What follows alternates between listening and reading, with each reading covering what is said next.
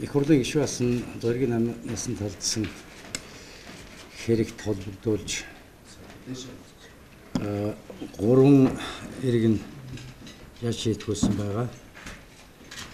Энэ гурван иргэнтэй холбогдлоо 14926 хуудас үгийн хавцас хэргийг нууцаас гаргаж үг хэргийг одоо тагнуулын ерөнхий газарт хадгалагдаж байгаа хадгалалтын статусыг өөрчилж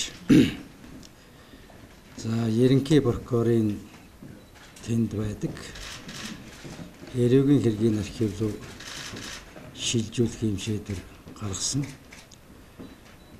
За яг дээд шүүхтийн архив руу ерөнхий прокурорын архив руу гэдгийг дахиад яахан судалж байгаад эцсийн шийдвэр гарна гэдгийг та бүхэнд мэдээлж байна.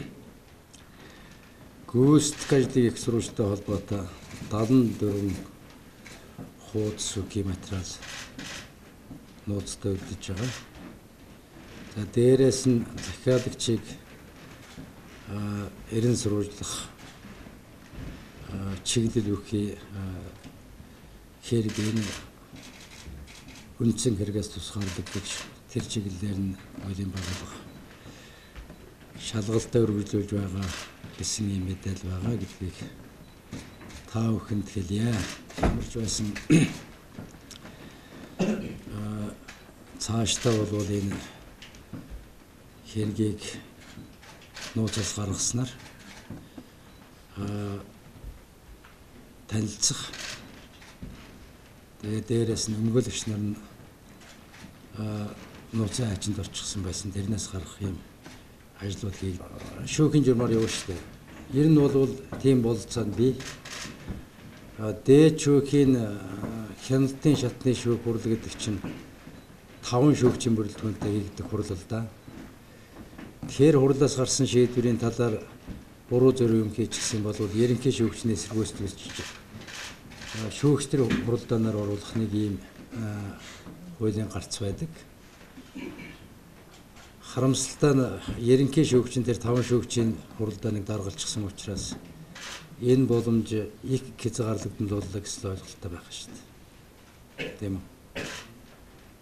Уг нь бол ерөнхий шүүгчин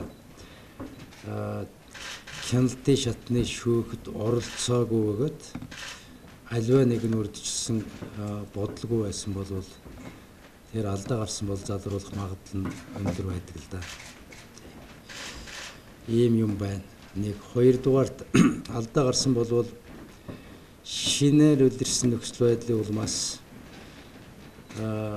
тэр гарсан алдааны талаар шалгаж тэрийг залруулах нэг жим байдаг.